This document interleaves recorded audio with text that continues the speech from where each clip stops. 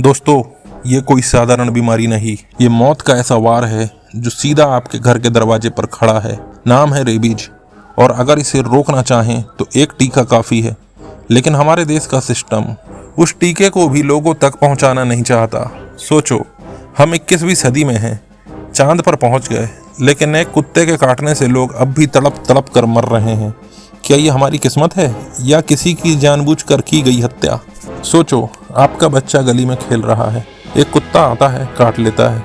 आप दौड़कर अस्पताल ले जाते हैं, लेकिन वहाँ कहते हैं टीका खत्म है, कल आना।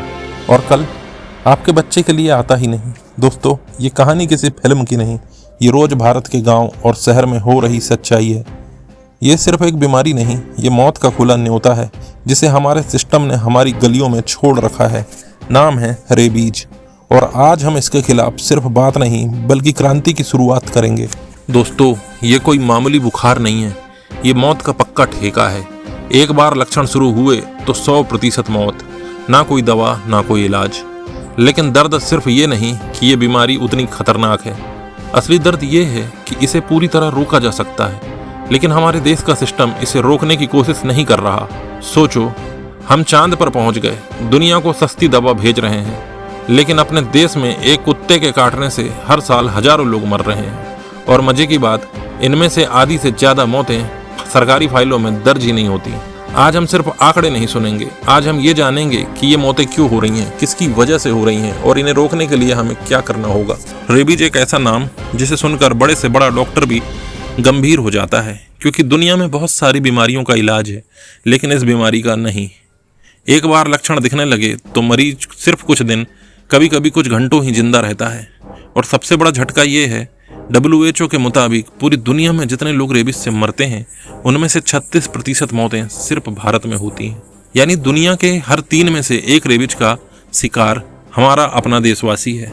ये फैलता कैसे है? ज़्यादातर मामलों में कुत्तों के काटने से होते हैं, लेकिन बंदर, बिल्ली, लोमड़ी, भेड़िया, यहाँ तक कि चमगादड़ भी इसको फैला सकते हैं। वायरस शरीर में जाते ही नर्वस सिस्टम पर हमला करता है, धीरे धीरे दिमाग तक पहुंचता है और वहां जाकर आपकी जिंदगी की आखिरी उल्टी गिनती शुरू कर देता है। सरकार कहती है हर साल 18 से 20 हजार मौतें भारत में होती हैं, लेकिन Indian journal of community medicine कहता है असली आंकड़ा 50,000 से भी ऊपर है।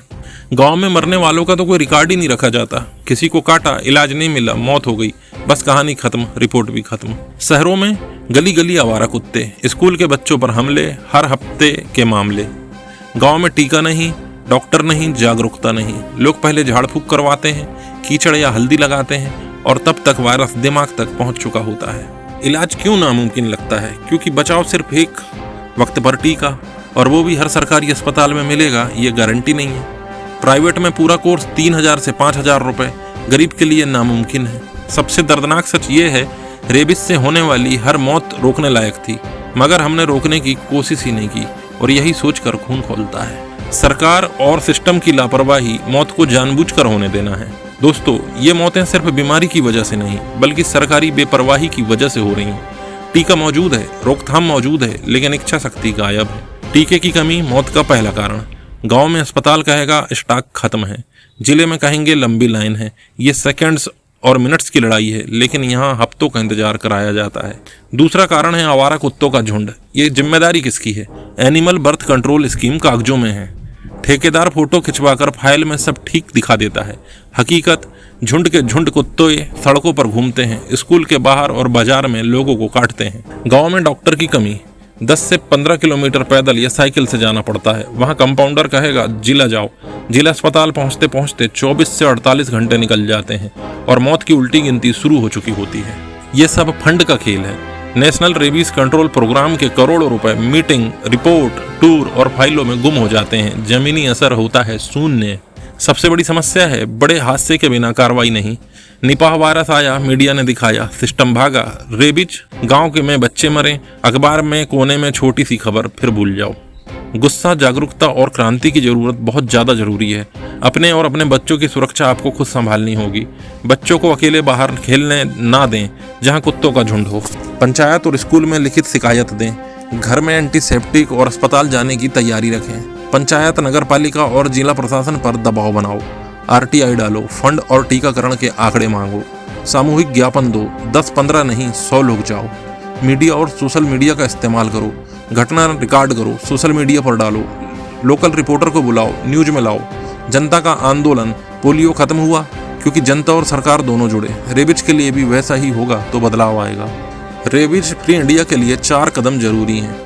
हर अस्पताल में फ्री वैक्सीन हो, हर कुत्ते का टीकाकरण और नसबंदी हो, स्कूल और गांव में जागरूकता क्लास लगाई जाए, रियल टाइम रिपोर्टिंग सिस्टम होना चाहिए। दोस्तों, रेबीज से होने वाली हर मौत एक मर्डर है। मर्डर जिसे वायरस नहीं बल्कि सिस्टम की लापरवाही करती है। अगर हम चुप रहे तो अगला शिकार आपके घर का भी हो सकता है। आज से हम हर टीके की मांग करेंगे, हर मौत का हिसाब लेंगे। हम भारत को रेबीज फ्री बनाएंगे, चाहे इसके लिए सड़क पर उतरना पड़े, चाहे सिस्टम को हिलाना पड़े, क्योंकि अब और खून नहीं बहने देंगे।